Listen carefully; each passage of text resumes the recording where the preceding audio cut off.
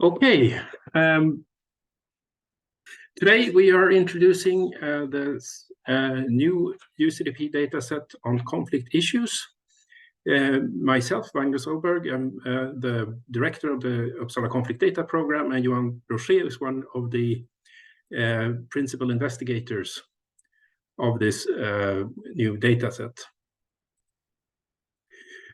So we hope this will make a contribution to the data community, and will find it useful for all kinds of research, contributing to many new findings and better understanding of peace and conflict processes. We have, for a long time, had data on two of the three corners in the conflict triangle. We have good data on actors, or at least we have some data on actors. We have a lot of data on conflict behavior. That's what conflict data usually covers. But at least for intrastate conflict or civil wars, that's the third corner of the conflict triangle, is virtually empty. We don't have data on contested issues. Yet conflict issues play a central role in many theories because it relates to what motivates the fighting, and it's also related to the why question. So this new data set on conflict issues opens a vast new set of possibilities, we think. So all of the central questions in peace research can be re-examined through an issue lens. We can look at onset, intensity, duration, resolution, durable peace, and so on through an issue lens. So to make one concrete example, if we do not know what the actors are fighting for, we can't really assess whether peace agreements have addressed the issues in the conflict. So the resolution of conflict, the quality, the durability of peace, all depends on how the issues have been addressed. And to know that, we need to know what the issues were. This new data also allows us to examine issues as an outcome variable. So what types of actors pursue what kinds of issues? Under what circumstances are different issues most likely to arise, and so on and so forth. Issue data can also allow users to model the issue profiles of actors and studying how they relate to various forms of conflict behavior, like how they may target civilians or engage in sexual violence or rebel governance, and so on. Conflict issue data can also be a useful tool if you're doing case studies for case selection. It will be useful in identifying most similar cases or most different cases in comparative designs. It can also be used in satisfying or establishing whether the parallel trends assumption in difference in difference design has been satisfied. And finally, issues can help identify the universe of cases on a particular topic. So say if you want to study amnesty or transitional justice, you can use the UCDP conflict issues data to identify the universe of cases where amnesty or transitional justice are issues. Now, with that, I will let Johan, who is the principal investigator for this data, together with Ralf Sundberg, and tell you a bit more about the collection of the data and what it contains in more concrete terms. Johan. Thank you very much, Magnus. So this is a project that we have worked on over the past 5 years. And as Magnus said, we really thought that there is something that we need to know more about the actual issues. And to get from conflict management to conflict resolution, we also think that it's key to know what the parties are fighting for. So when we started this project, we used an abductive approach and reviewed existing conceptualizations of issues and derived to the definition of conflict issues as a statement made by an organized armed non-state actor suggesting concrete changes to societal structures or policies controlled by other actors. And then we examine existing theory to produce a tentative typology of conflict issues, and went into initial empirical inquiry in order to develop our typology, and then continued with the empirical inquiry. And this meant that because we saw a lot of interesting issues in the beginning, that the data set became quite broad and took a lot of time, but we think that in the end, it has worked out well. And when it comes to sources for this data set, we think that it's important to not investigate what how people interpret the issues to be, but what the actors state themselves. Or as Halster said, that issues should be derived straight from the horse's mouth rather than inferred through analysis. And for that reason, we have looked into documents published by rebel groups, such as founding document, manifestos, communiques, and leaflets. Next slide, please, Magnus. And this has resulted in global yearly data for all civil wars and minor armed conflicts. So we used the UCDP armed conflict data set between 1989 to 2017. That was as far as the data was available when we started. And one thing important here is that our data is time variant, so that it differs over time. So, and in addition to what Magnus said, it could also be interesting to see how the issues that opposition groups fight about change over time. And in this global yearly data set, we have 14,832 conflict issues that are conducted from 329 rebel actors active in 361 different dyads and in a total of 1,928 dyad years. And we focus on the opposition side here because that is the side who wants to change status quo, whereas the government usually wants to keep status quo. And as I said, this has been a time-consuming endeavor, and we have had 21 coders that have gathered data for more than 150 coder months during the last years. And in addition to this data set, we will also write issue narratives for all these dyads that will be available in the UCDP database. And we have also gathered information about actor characteristics for the different dyads concerning ideology, ethnic group identification, religious affiliation, and geographical scope of the group's demands.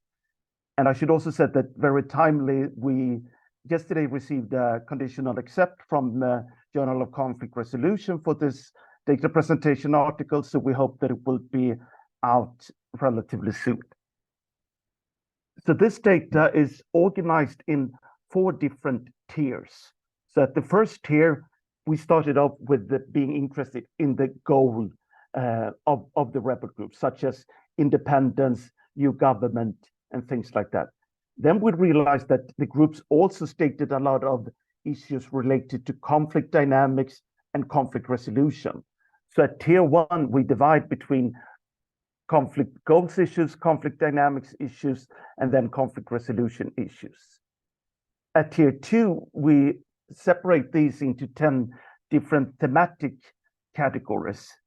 And at tier 3, we have we couldn't fit everything into the slide here, but there we have 35 categories, and at the most precise category, we have 122 subcategories. So in the slide here, you can follow the issue. So a tier 1 conflict goals, and then distribution of resources, which is then divided into natural resources and state distribution resources. And there at the tier 4, you can see all the different components that these 2 consist of. Next slide, please. And if we look into these different spheres, so if we look here to conflict goals issues, the graph here reveals at tier 3, which ones are the most important, common in the data set. And the different colors of it shows which category at tier 2 it belongs to. So one thing that is quite interesting here is to see that you have a lot of so the most common one here has been civil rights and freedoms, and then comes state distribution system, and then change political system. And so there's a lot of issues related to conflict, different rights, political rights of different groups involved in this. So we can take the next slide. And then if we look into conflict dynamics issues, the by far most common issue here is different types of foreign involvement.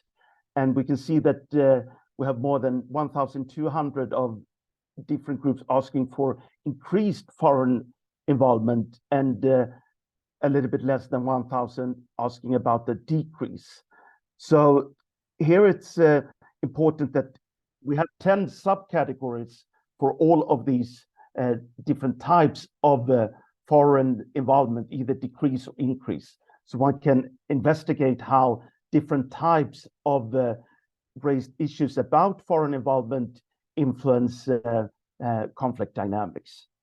And we also have quite a lot of dynamics issues related to atrocities and abuses and collective targeting. And thereafter follows the release of prisoners. So these are things that relates to more of the dynamic in the actual conflict. Next slide, Magnus. And finally, we have these conflict resolution issues. And then negotiation is by far the most common, followed by liability, ceasefire, and peace agreement. And finally, truth and reconciliation processes. And here it's again important to think about the hierarchical system, because 1,200 issues about negotiations might not state that be so interesting. But if you break it down and look into opposition to negotiations, issues related to who should be the negotiator and things like that, then you get to a more nuanced picture of it. And that can be done at the most disaggregated tier 4 level in the data set. So that was a quick overview of the data, and we're looking forward to any questions and comments about it.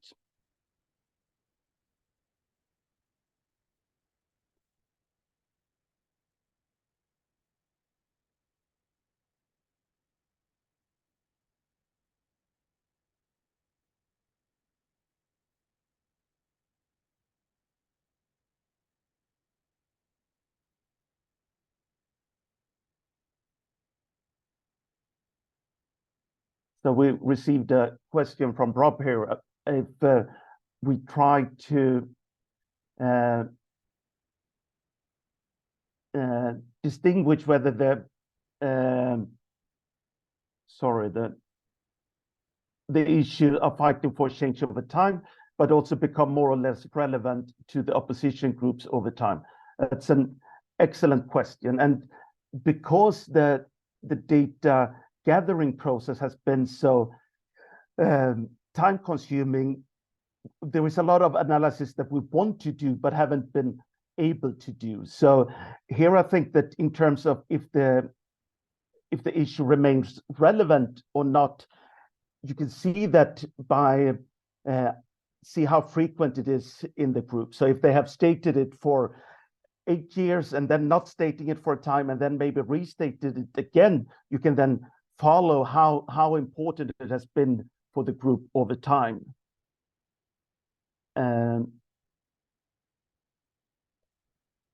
then the question about the geocoding, and we don't have any information about that. So it's if we have a founding manifesto of a rebel group, it doesn't really apply to a particular location or anything like that, but it relates to what's stated by the group. But of course, it can be combined with the geocoded that UCDP have in their other data sets. And we also, the data set is compatible with all other UCDP data set, and it will be available in all formats to make that as convenient as possible.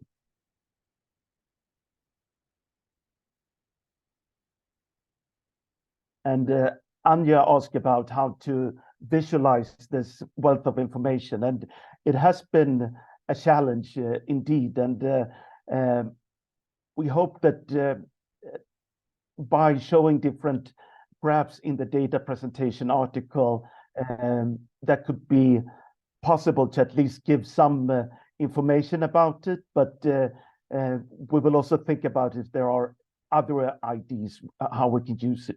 And we will make the data available at the UCDP website, of course. So maybe some opportunities there. And I should also say that, I mean, we aspire to really make this into the UCDP core coding, but at the moment we don't have any resources for that. So first, it would be great to update it from 2017 and up until today, but also ideally to update this every year. And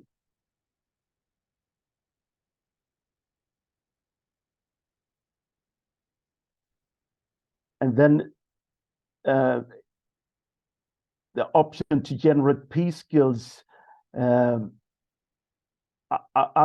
not really sure about that. I think that, I mean, a better understanding of what the groups actually fight over is important in that regard. And we have received feedback from different organizations, such as the Delaire Institute in Canada. They were interested in our data because they thought that if we get better information about what the group's fighting for, maybe we could see like groups with a particular profile might be more common to recruit child soldiers, and then that could help in that regard.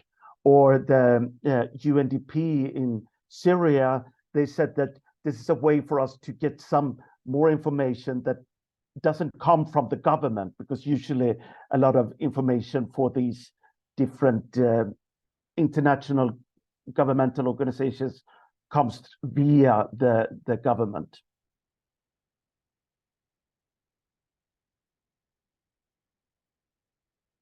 Do you have something that you want to add on this? It's a lot of great questions that comes in.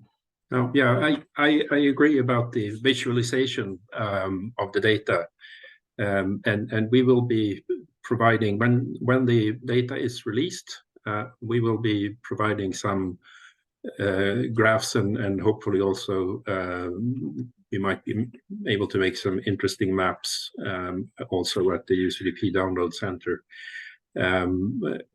Johan, do you know when you will be able to release the data, or you have a conditional accept now? But do you know when they're? No, we don't know exactly. We received that yesterday, and there wasn't very lot of things to do with it. So hopefully relatively soon. And there is a lot of things that we have been considering in this process, such as how should we think about salience? Should we try to incorporate a salience measure in it? Or we have played around with different ideas, but in the end, we thought that we follow this with revealing what the group says, how often they state it, and then the researcher can pick themselves how to measure it. You can, for example, think about how often they mention something as one way of thinking about salience, or that you can, without having any pre-thoughts on theoretically what's more salient, you can compare different types of issues and see what the effect are of them. And maybe some are more salient in terms of causing duration, and others might be more influencing intensity or similar. And we got another question if some of that come from social media sources, and yes, it do. And one, for every open source data gathering process, the unequal availability of sources is a key challenge that is very hard to get around.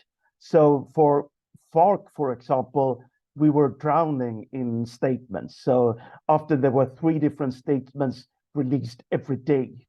And whereas for other groups, it has been very difficult to identify different issues. And then we have used different Twitter and stuff like that in order to find these different issues. So in that case, we have used social media sources.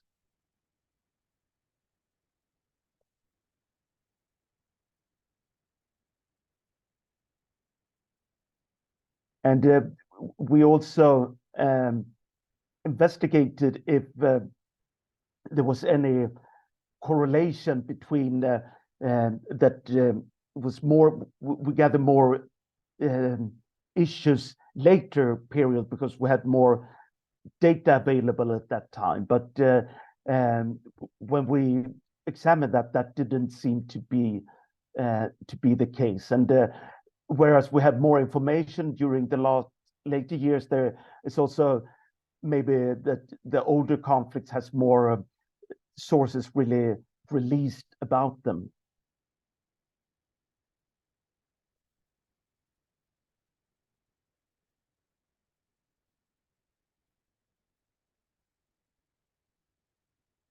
And I'm primarily not a quantitative scholar myself, but a qualitative scholar. And I think that I want to reiterate the importance of the data also for that sake. So say, for example, that I'm supervising a master's student who is interested in, says that I want to write about truth and reconciliation, but I'm unsure which cases to pick from. And then to be able to go to the data set and see which rebel groups that have stated something about truth and reconciliation opens up a lot of opportunities. So then you can investigate like who asked for it and didn't receive it, or who asked for it and received it, and so on and so forth.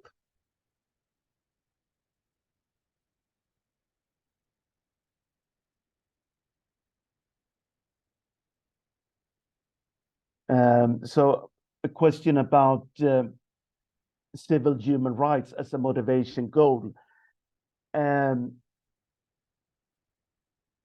Yes, we do break that down in quite a lot of different categories. So like first between the, civil rights and religious rights and other rights. But when it comes to civil rights, it was freedom of assembly, freedom of starting political parties, and a lot of different categories within that. And I don't remember all the details now, but there were quite a few different categories in that. And here it's also becomes important for the user to decide which issues to really investigate, because we're not suggesting that you should use all the data set for all purposes. Maybe you are interested in the conflict goal issues and just focuses on that and then at a particular tier, or that you're particularly interested in civil rights, and then you might go further down and look into these different, more fine-tuned categories.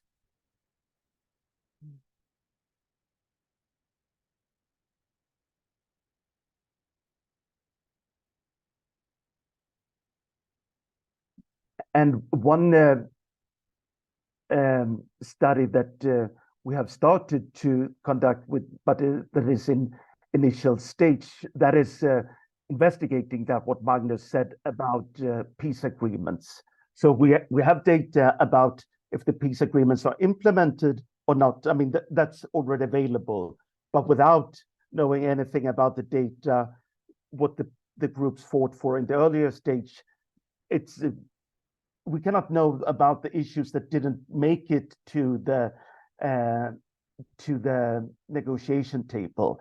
And our initial research on that shows that you have a much higher chance of terminating conflict if the better the match is between what's included in the peace agreement and what the groups really asked for in the conflict.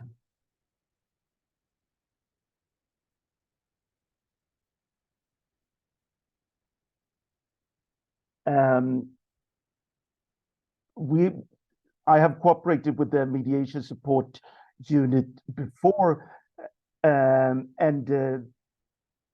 we also have a cooperation with some Swedish agencies interested in this, but we haven't done it so much this far. But we think that policy reports that we will write upon this will be highly relevant for those actors, and very happy to any opportunities to cooperate with these different regional organizations and communities.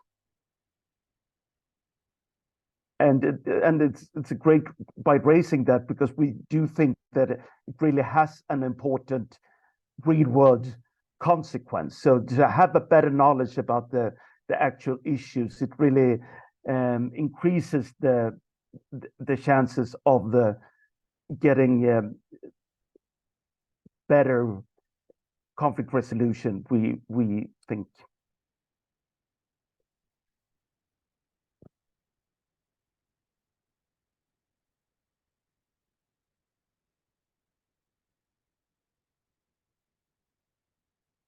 So it's like 2 minutes left or something like that.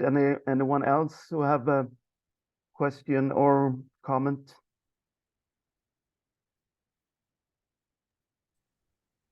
Perhaps just say then that we will be publishing on social media and of course on our homepage when the data becomes available, if anyone is interested. So you can follow us at Twitter or X at UCDP if you're interested. And if having any particular questions about the data, I mean, please reach out and we can discuss. And I think that there is plenty of different opportunities for cooperation and things like that. So just reach out if you're interested in anything like that.